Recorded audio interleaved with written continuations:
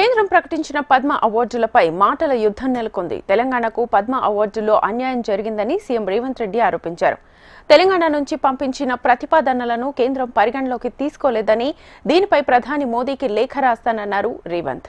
కేంద్రం అర్హులకే పద్మ అవార్డులు ఇచ్చిందన్నారు కేంద్ర మంత్రి బండి సంజయ్. పోలీసులను ఎన్కౌంటర్ చేసిన వారికి పద్మ అవార్డులు ఇవ్వాలా అని ప్రశ్నించారు.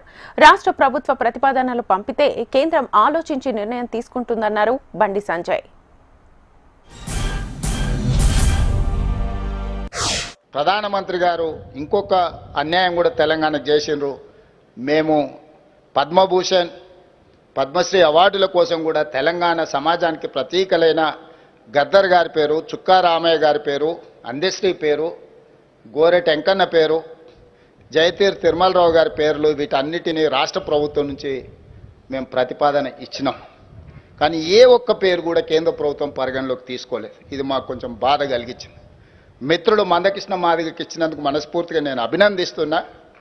కానీ కేంద్ర ప్రభుత్వం గద్దర్ను, చుక్కా రామయ్య గారిని, జయ జయ హే తెలంగాణ అందించిన అందశ్రీని, గోరెటి వెంకన్నను, జయతీర్ తిరుమలరావు గారిని అసలు పరిగణలోకే తీసుకోకపోవడం అనేది ఇది మన తెలంగాణ సమాజానికి కొంత బాధ కలిగించే అంశము.